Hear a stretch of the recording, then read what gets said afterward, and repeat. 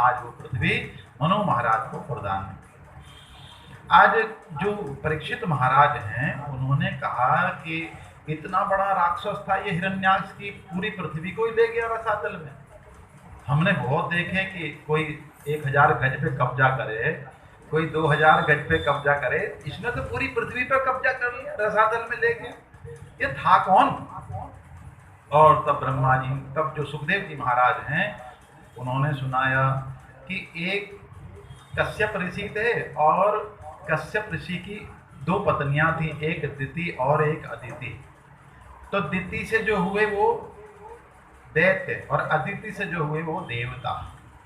तो एक समय दिति जो थी वो उनके जो यज्ञशाला थी वो वहां पहुंची और संध्या का समय था। वहां जाकर के कहा कि महाराज आप मुझे पुत्र का दान दो।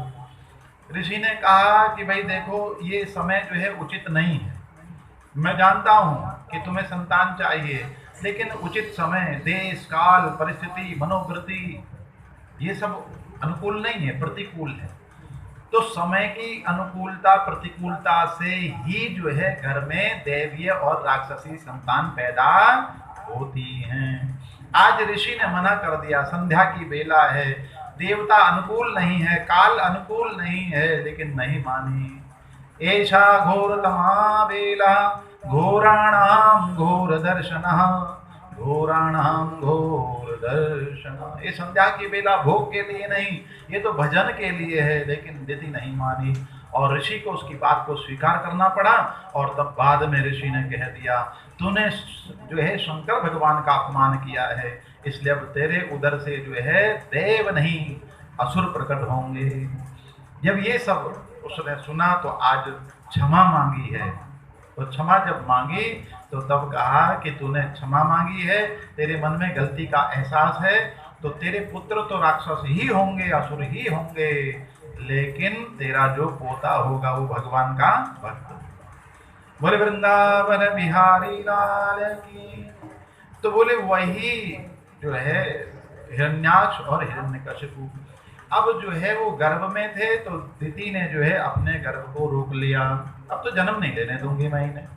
और ऐसे में प्रकृति में भूचाल आने लगे, भूकंप, चारों ओर अनावृष्टि है। तो आज सारे देवता घबरा गए। देवताओं ने कहा लगता है प्रलय का समय आ गया, चलो चलो ब्रह्मा जी की शरण। सब ब्रह्मा जी के पास गए तो ब्रह्मा जी ने कहा अरे ये तो जो है दिति के गर्भ में जो है 2 असुर हैं, उन्हीं के कारण ये सब हो रहा है। तो बोले ये कौन है? और तब ब्रह्मा जी ने कथा सुनाई, ये कोई और नहीं, ये भगवान नारायण के द्वारपाल जय और विजय हैं। उन्होंने अपराध किया था किसका? सनक सनंदन सनातन सनत कुमार का, और उन्होंने उनको श्राप दे दिया कि 3 जन्म तक जो है तुम्हें असुर योनि में जाना पड़ेगा। इसलिए पहले ये हिरण्याक्ष हिरण्यकशिपु बन करके आए, दूसरी बार रावण कुंभकर्ण बन करके आए, और तीसरी बार शिशुपाल और दंतवक्त्र बन करके आए। इसलिए इस समय गर्भ में वही जय और विजय हैं। तो वास्तव में ये हिरण्याक्ष है कौन? हिरण्याक्ष कौन है? बोले लोभ ही हिरण्याक्ष है, कि जो आज जो है 1 फुट का है, अगले दिन 2 फुट का, अगले दिन 4 फुट का। तो लोभ जो है ऐसे ही बढ़ता है महाराज, लोभ जो है बहुत तेजी से बढ़ता है।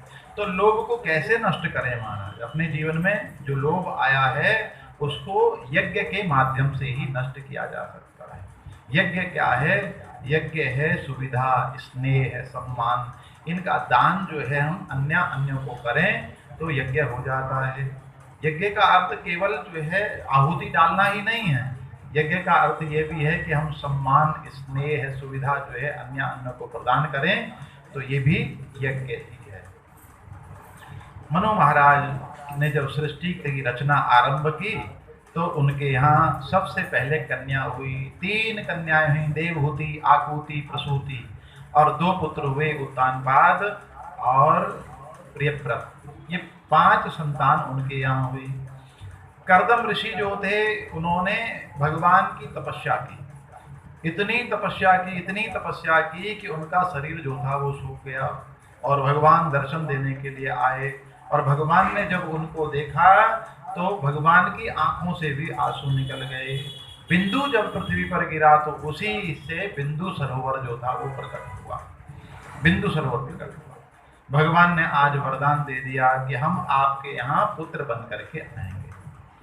समय आने पर कर्दम और देवहूति का विवाह हुआ। देवहूति कौन? कि जो दूसरों को आहुति देना जानती है, उनका नाम है देवहूति। जो याचक को आहुति दे, जो अभ्यागत को, अतिथि को आहुति दे, उन्हीं का नाम है देवहूति। ये कौन है? ये है ज्ञानेंद्रियों की ज्ञान शक्ति, कि नेत्रों से हम क्या देखें क्या ना देखें ऐसा ज्ञान, कानों से हम क्या सुने क्या ना सुने ऐसा ज्ञान, जिह्वा से हम कौन सा रस लें कौन सा ना लें ऐसा ज्ञान, नासिका से हम कौन सा गंध लें और कौन सा ना लें ऐसा ज्ञान। तो ये ज्ञानेंद्रियों की ज्ञान शक्ति है महाराज। आँखों की शक्ति ये ज्ञान है महाराज। तो ज्ञानेंद्रियों की ज्ञान शक्ति जो है, उनका विवाह किसके साथ हुआ? कर्मेंद्र, कर्दम ऋषि के साथ, जो कि जो है जितेंद्रिय है हमारा। तो देवहूति कौन है? जो बोलना जानती है कि क्या बोलना है क्या नहीं बोलना। तो एक बार जो है एक व्यक्ति को मांड पीने की आदत थी। अब सबको अपनी अपनी अलग अलग आदत होती है। अब मांड की खास बात यह है कि गरम गरम मांड जब पीते हैं तो वो अच्छा लगता है, लेकिन ठंडा हो जाता है तो फिर वो बढ़िया नहीं लगता। अब एक समय क्या हुआ कि वो अपने कुछ मित्रों के साथ में बैठा हुआ था और उसी समय जो है उनकी पत्नी ने मांड निकाला। अब मांड जब चावलों का निकला तो पुत्र को कहा, बेटा जा अपने पिताजी को ले आ और कहना कि भाई माँ ने मांड निकाल दिया, मांड आकर के पी लो। अब कोई जनता के बीच में बैठा हो और उसको जाकर के इस तरह से कहें तो भाई सम्मान की बात तो नहीं है कि भाई मांड पीता है, बताओ। अब बेटा जो था वो ज्ञानेंद्रियों की ज्ञान शक्ति का उसने प्रयोग किया। अपने पिता के पास गया, पिताजी से कहा, पिताजी धानुपुर से मांडू आया है, कटवतिया घाट पर बैठा है, जल्दी से आकर मिल लो नहीं तो शीतलपुर को चला जाएगा। धानुपुर, धान से निकाला, धानुपुर से मांडू आया है और कटवतिया घाट पर बैठा है, मतलब रखा हुआ है वहाँ, माँ ने निकाल कर रखा हुआ है, और जल्दी से आके मिल लो मतलब पी लो नहीं तो शीतलपुर को चला जाएगा, ठंडा हो जाएगा। पिता समझ गया। इधर जो और बैठे थे उन्होंने कहा, अरे भाई जब इतनी दूर से आया तो जाकर के जल्दी मिल लो, जाओ जाओ। और पिता जो था आज अपने पुत्र की उस चतुराई पर जो है बड़ा प्रसन्न हुआ। तो जो बोलना जानते हैं हमारे, कई बार बोलना नहीं आता तो अब किसी का विवाह हुआ, अब विवाह हुआ तो माता पिता जानते थे कि भाई ये बेटा जो है ससुराल में जाएगा तो पता नहीं क्या बोल देगा, इसलिए अब ससुराल जब गया हो तो पिता ने कहा, देख तू ससुराल जा रहा है, वहाँ वो कुछ पूछेंगे तो कुछ और बोलेगा। तो पिताजी फिर मैं क्या बोलूं? बोले एक बार हाँ बोलना एक बार ना बोलना। एक बार हाँ बोलना और एक बार ना बोलना। उसने कहा चलो पिताजी ठीक। अब जैसे ही वो ससुराल पहुंचा तो ससुर जी ने कहा, और घर से आ रहे हो? बोले हाँ। पिताजी ठीक हैं? बोले ना। बीमार हैं क्या? हाँ। घर पर हैं? ना। हॉस्पिटल में है क्या? बोले हाँ। अरे ठीक तो हो जाएंगे ना? डॉक्टर ने जवाब दे दिया क्या? हाँ। तो ना हाँ के चक्कर में तो जो है वहां तो कुछ बोलना नहीं जानते। लेकिन देवहूति ज्ञानेंद्रियों की जो ज्ञान शक्ति है वो सब कुछ जानती है। और आज जब विवाह हो गया तो देवहूति ने आज बहुत सुंदर अपने पति की सेवा की है। जगत के अंदर यदि आपके पास सेवा का भाव है, कोई गुण ना हो आपके अंदर, लेकिन आपने सेवा का भाव अपना लिया बिना किसी स्वार्थ के, बिना किसी लगाव के, और आप सेवा करते हैं तो उस सेवा से सारा घर परिवार ही नहीं समाज भी आपका हो जाता है।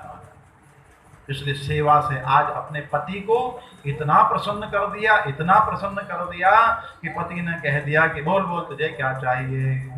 बोले मुझे कुछ नहीं चाहिए, मेरा ये शरीर जो है ना बड़ा दुर्बल हो गया है आपकी सेवा करते करते, और मैं सेवा नहीं कर पा रही हूँ। अब मेरा शरीर पुनः नया हो जाए जिससे मैं आपकी सेवा करूँ। तो फिर वही उन्हीं के लिए मांगा। अब तो और प्रसन्न हो गए और अपने संकल्प शक्ति से एक सुंदर सरोवर को प्रकट कर दिया कहा जाओ जाओ इसके अंदर स्नान करो। सरोवर के अंदर से बहुत सारी देव नारियां प्रकट हुई और देवहूति को लेकर के गई, डुबकी लगवाई और युवान बन गई। स्वयं भी आज उन्होंने स्नान किया और युवान हो गए। फिर सुंदर संकल्प से विमान प्रकट कर दिया। विमान में आज दोनों के दोनों सवार हो गए और विमान लेकर के जब चला है और घूमते घूमते घूमते 9 कन्याओं का जन्म हो गया। 9 कन्याओं का जन्म हुआ और तब याद आया उन्हें कि भगवान ने कहा था हम बेटा बन करके आएंगे, लेकिन यहाँ तो बेटे के चक्कर में यहाँ तो 9 कन्याएं आ गई। लगता है हम भगवान से दूर हो गए, इसलिए अब हमें भगवान को याद करना पड़ेगा। इसलिए आज उन्होंने भगवान को याद किया। ओ मेरा दिल तुझ पे कुर्बान मुरलिया वाले रे, मेरा दिल तुझ पे कुर्बान मुरलिया वाले रे, मुरलिया वाले रे सावरिया प्यारे रे, मुरलिया वाले रे सावरिया प्यारे रे।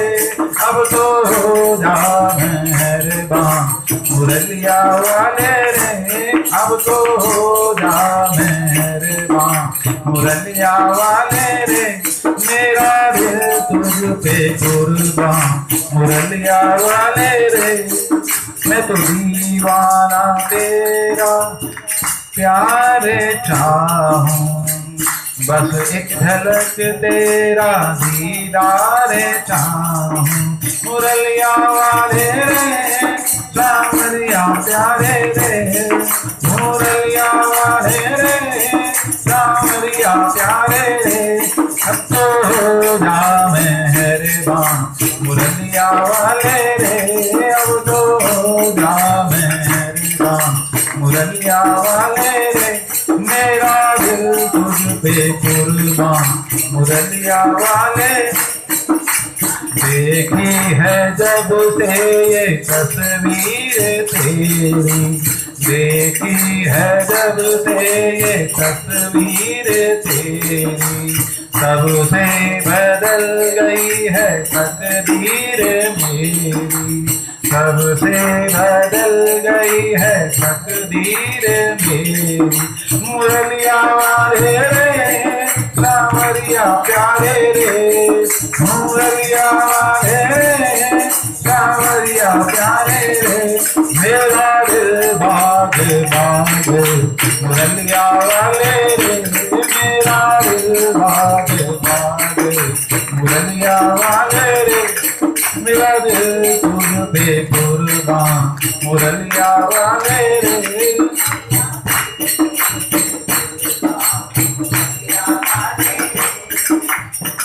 चाहे कुछ भी कहे ये जमाना, चाहे कुछ भी कहे ये जमाना, पागल हुआ एक तेरा दीवाना, पागल हुआ एक तेरा दीवाना। मुरलिया वाले रे सावरिया प्यारे रे, मुरलिया वाले रे सावरिया प्यारे रे। अब तो तू ही मेरी जान मुरलिया वाले रे, अब तो तू ही मेरी जान मुरलिया वाले रे, मेरा दिल तुझ पे कुर्बान मुरलिया वाले रे, मेरा दिल तुझ पे कुर्बान मुरलिया वाले रे, मेरा दिल तुझ पे कुर्बान मुरलिया वाले रे। बोलो श्री वृंदावन बिहारी लाल की। और भगवान को याद किया तो स्वयं भगवान ही आज उनके यहाँ पुत्र रूप में प्रकट हुए। आज कर्दम ऋषि जो थे वो संन्यास के लिए तैयार हुए। तब देवहूति ने कहा कि अब मेरा कल्याण कैसे होगा, आप तो संन्यास के लिए जा रहे हो, ये कन्याएं हैं इनका विवाह।